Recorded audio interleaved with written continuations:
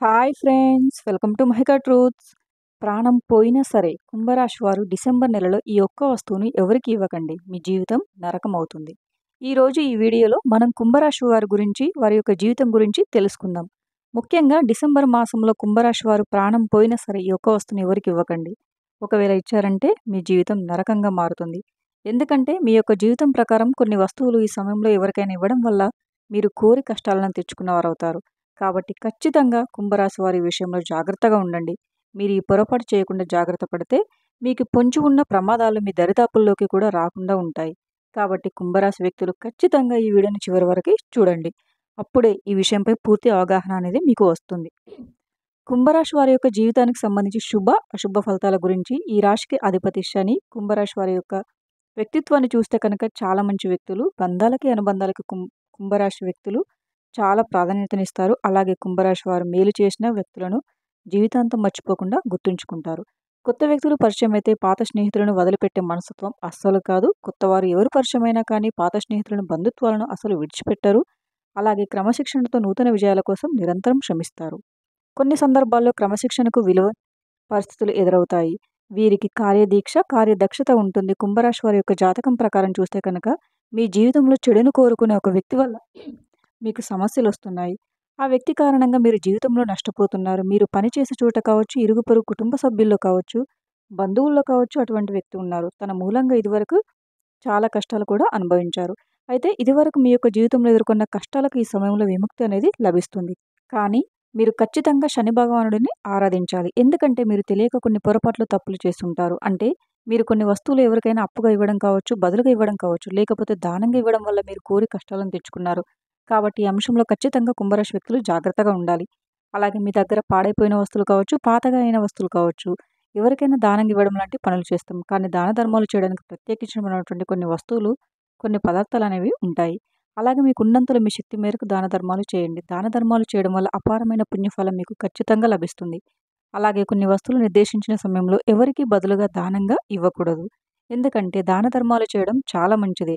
అలాగే కోలను వాడతారు. ఈ యొక్క పీట కానీ, కోల కానీ ఎవరికి ఈ డిసెంబర్ మాసంలో బదులుగా కానీ, లేకపోతే పాడైపోయిందని, పాతగా అయిపోయిందని ఎవరికైనా దానంగా కానీ ఇవ్వకూడదు. ఇచ్చారంటే మాత్రం మీరు కోరి కష్టాలను తెచ్చుకున్నట్లే అవుతుంది.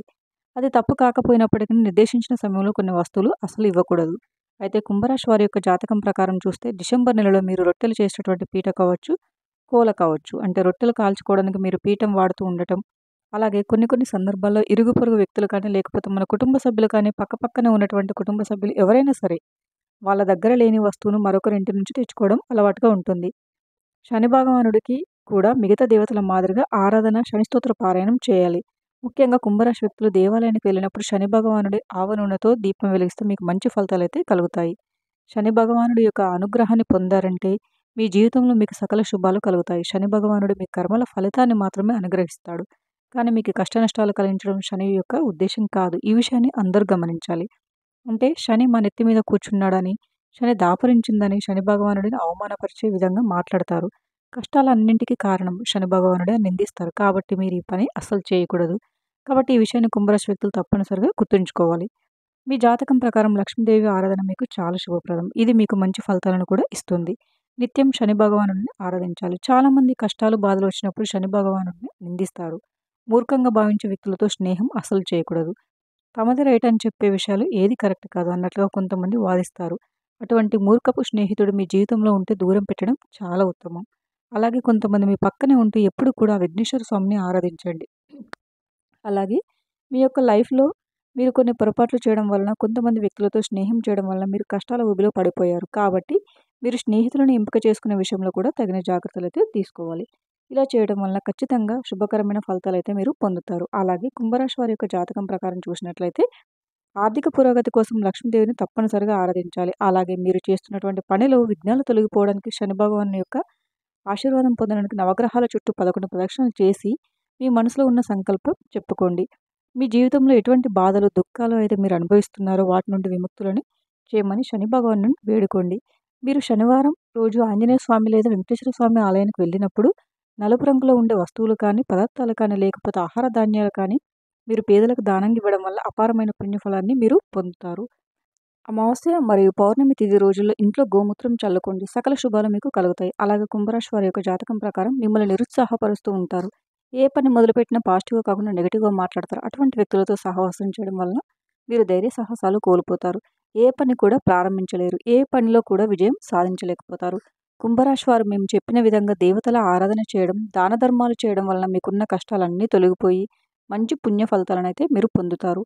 మీ జీవితంలో ఆర్థిక పురోగతితో పాటు మీ లైఫ్‌లో ఉన్నటువంటి ప్రతి సమస్యకు పరిష్కారం అనేది లభిస్తుంది. చూశారు కదా ఫ్రెండ్స్! డిసెంబర్ నెలలో కుంభరాశి వారు ఏ వస్తువు ఎవరికి ఇవ్వకూడదని, అలాగే మీ జీవితానికి సంబంధించినటువంటి కొన్ని ముఖ్యమైన అంశాల గురించి కూడా తెలుసుకున్నారు కదా! అలాగే మీ ఆర్థిక స్థితిని బట్టి ఈ డిసెంబర్ మాసంలో పేదలకు దుప్పట్లను దానంగా ఇవ్వండి.